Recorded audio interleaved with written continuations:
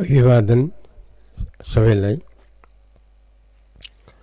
भगवान भगवती हौं हामी सबै मानव तत्त्वमसि महावाक्य अनुसार। भगवान भगवती हौं हामी सबै मानव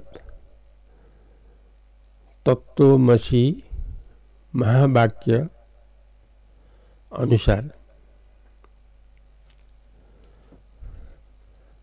तत्त्वमसि महावाक्य अनुसार।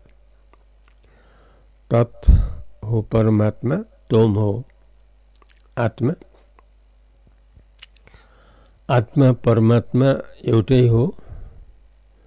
यस्तो एउटैको नाम भगवान हो। इस प्रकारले मानव हामी सबैको यथार्थ स्वरूप हो भगवान भगवती। इसको अनुभव हो प्रत्येक चैतन्य आनंद अद्वितीयता।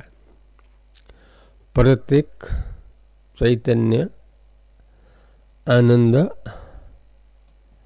अद्वितीयता को सिंहासनमा विराजमान सधैँ भइरहेको छ। सिंहासनमा सधैँ विराजमान भइरहेको छ।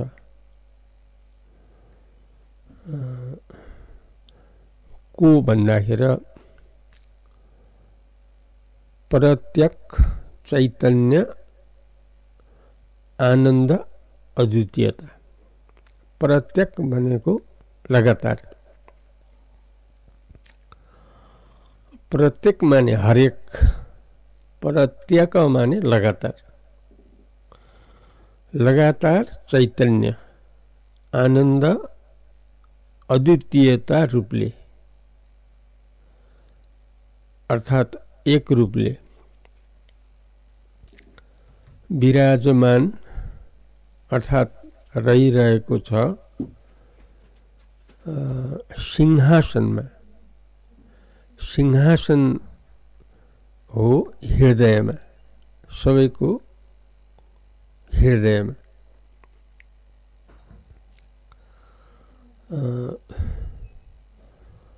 अर्थात सबैको हृदयमा भगवान भगवती को रूपले हाम्रो विद्यमानता छ। हामी सबैको विद्यमानता छ। उनीले यथार्थ हाम्रो स्वरूप हो भगवान भगवती। इसको अनुभव हो प्रत्येक चैतन्य आनंद अद्वितीयता को सिंहासनमा विराजमान भइराखेको छ। सिंहासन हो अस्ति भांति प्रिय। अस्ति भांति प्रिय यो सिंहासन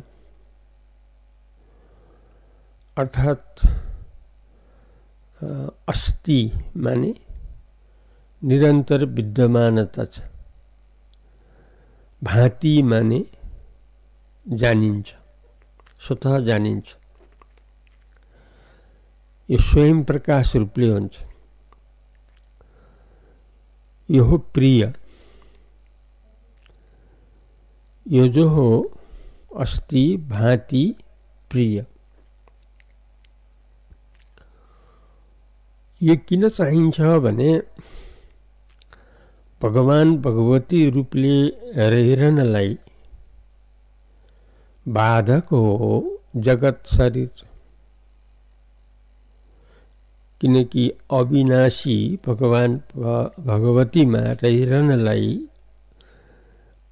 प्रतिबन्ध हो छेकबार हो जगत शरीर, किनकि विनाशशील हो जगत शरीर, विनाशशील हो, नाशवान हो। भगवान भगवती अविनाशी हो, जसको विनाश छैन।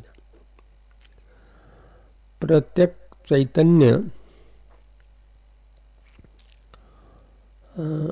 आनन्द अद्वितीयता हामीहरूको यथार्थ स्वरूप हो। यथार्थ स्वरूप यो हो भगवान भगवती रूपले। यसरी महावाक्य जो तत्त्वमसि हो, जो उपनिषद दर्शनले बताएको छ, जो वेदान्तले देखाएको छ, जो सर्वपरिपूर्ण कुरा हो, जो अतुलनीय कुरा हो, यस्तो वर्णन उपनिषद दर्शन बाहेक अन्त छैन। यो जो दर्शन उपनिषद अर्थात वेदान्त दर्शन देखि बाहेक अरूमा छैन। हुनाले यस्तो जो हो भगवान भगवती हामीहरूको यथार्थ स्वरूप हो। भगवान भगवती रूप मात्रले रहिरहनलाई छेकबार हो जगत शरीर। जगत शरीर जो प्रतिबन्ध हो, जो बाधक हो, त्यसलाई हटाउन सकिन्छ अस्ति भाँति प्रियको साधनले। किनकि यहाँ भएको हो यथार्थ अस्ति भाँति प्रिय। किनकि जो भगवान हो अर्थात जो सच्चिदानंद हो, सतचित आनंद जो हो, इसको अनुभव निरंतर हुन सकिन्छ अस्ति भाँति प्रिय रूपले रहिरहँदा। किनकि यहाँ सारा स्थूलताको अभाव, सूक्ष्मताको अभाव र कारणताको अभाव। स्थूल शरीर, सूक्ष्म शरीर, कारण शरीर अर्थात अज्ञान यहाँ रहँदैन, यसको अभाव हुन्छ। अज्ञान, ईश्वरगत अज्ञान। किनकि ईश्वरगत अज्ञान भनेको माइको मायाबाट उत्पन्न हो।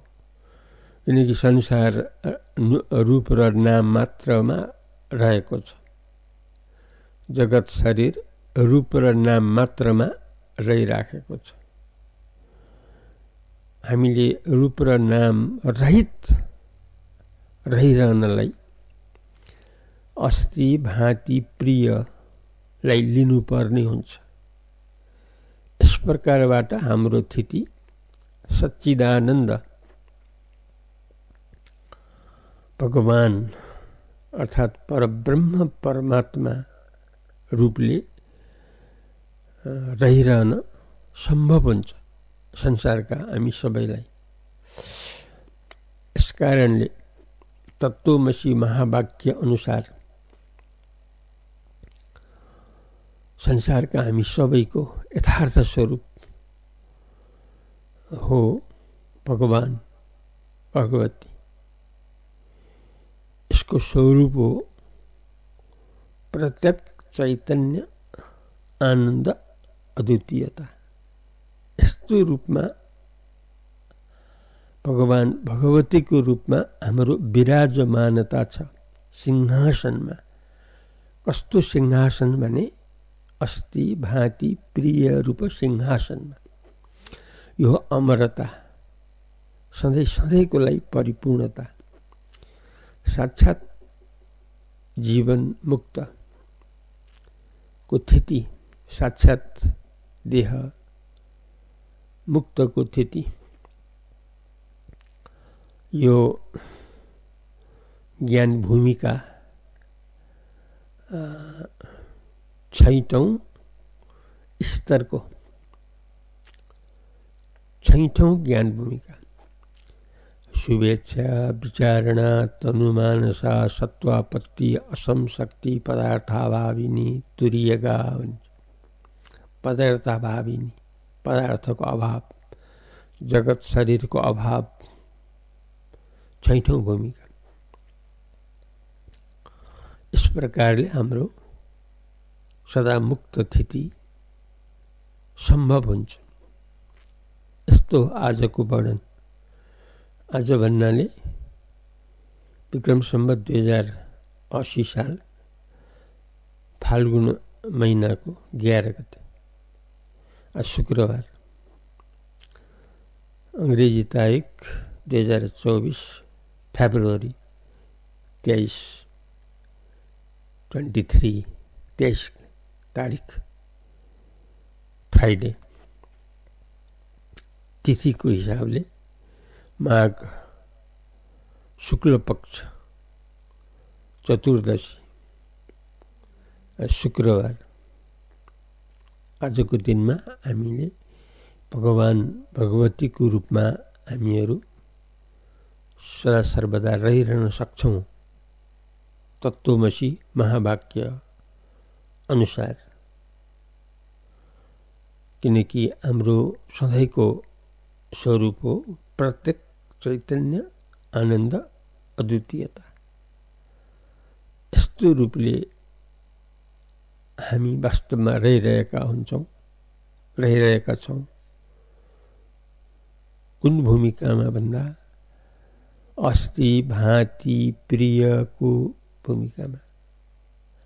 यहाँ त्रिपुटी रहँदैन, तीन जगत रहँदैन, किनकि अधिष्ठान हो। तम रज आदि त्रिपुटी रहँदैन, तीन विभाग रहँदैन। दृश्य दर्शन द्रष्टा रहँदैन, किनकि यो त्रिपुटी यो जो तीन विभाग हो पुतली खलाई हो, यथार्थ होइन। यथार्थ हो भगवान भगवती। यस्तो भूमिका छ। यो विश्वगुरु ब्रह्मलीन क्षितिशको गुरुभक्त रत्न अध्यक्ष अद्वैत प्रदीप बलरामजी सरस्वती यो अखण्ड सुख केन्द्रबाट यो प्रसारण हो। भैरवा रूपन्देही एफएमबाट यो प्रसारण हो। बुटोल मुक्ति एफएमबाट यो प्रसारण हो। पाल्पा तानसेन श्रीनगर एफएमबाट यो प्रसारण हो। रेडियो परासी लगायतबाट यस्तो संसारका हामी सबै मानवले आफूलाई परमात्मामा अर्थात् भगवानमा तत्त्वमसि महावाक्य अनुसार अर्थात् वैदिक अनुसार हामीले हाम्रो परम कल्याण सधैँको लागि गर्न सक्ने हुन्छौँ। यस्तो अवसर, यस्तो मौका हामीलाई प्राप्त छ।